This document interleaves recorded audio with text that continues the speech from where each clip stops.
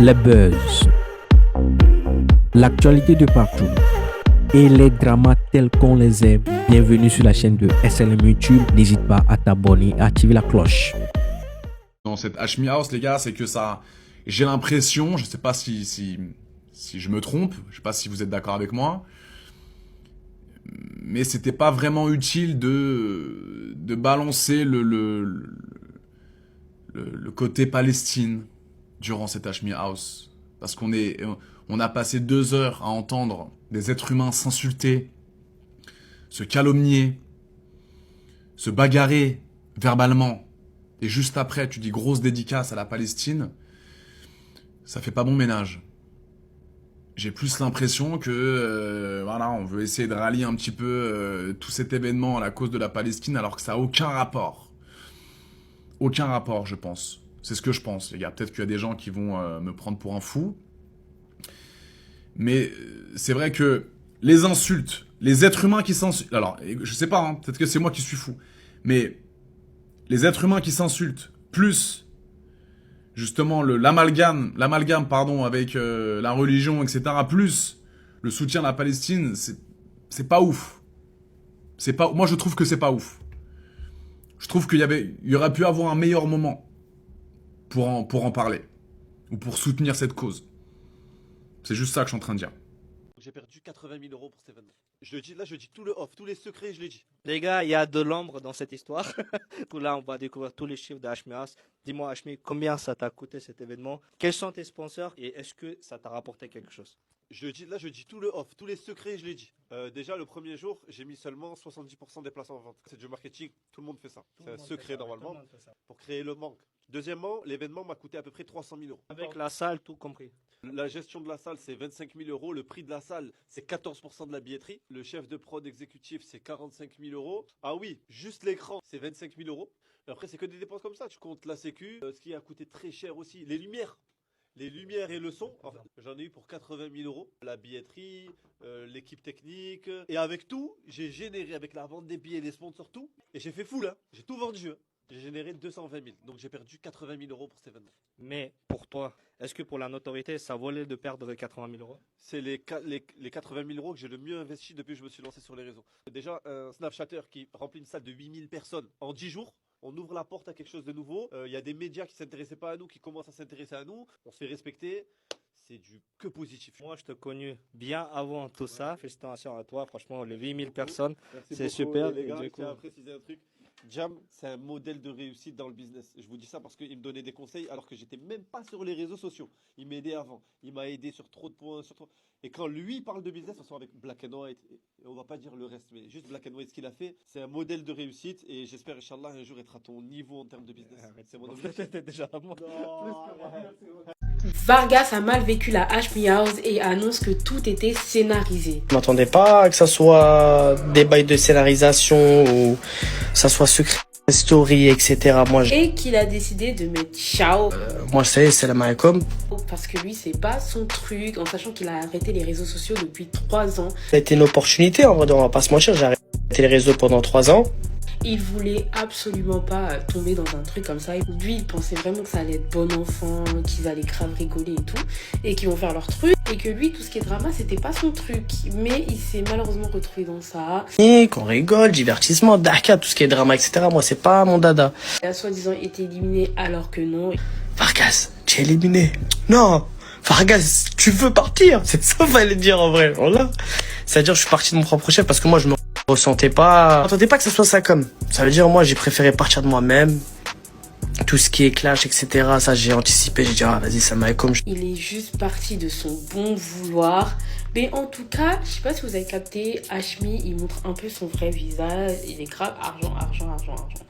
Je suis d'accord, l'argent là c'est important. Mais mon gars, faut doser là. Pour la nouvelle géné là, t'es un petit cas cause à effet là un peu. Parce que je sais pas si vous avez remarqué, mais le contenu de Hashmi, il a hyper changé.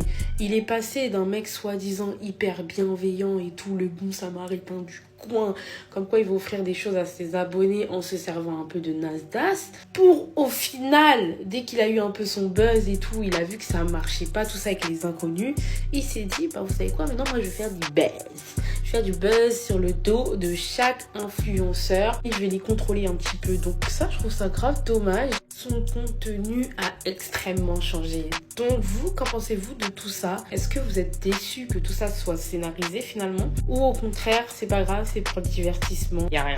Moi, personnellement, je préfère quand c'est authentique. Et à Skip chez Nas, c'était authentique. Mais toi, à 4 pattes, vous me sauvez tellement fort que tu vas m'appeler Mujdan. Chance, des kilomètres de ce beau immense.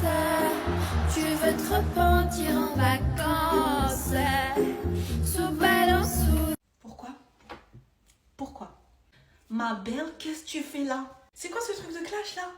Non mais là, on aura tout vu. Félicia, elle me déçoit. Hein. Astrid, voilà. Franchement, elle a pas sa place dans la Hashmi House là. Je sais même pas pourquoi elle est là-dedans.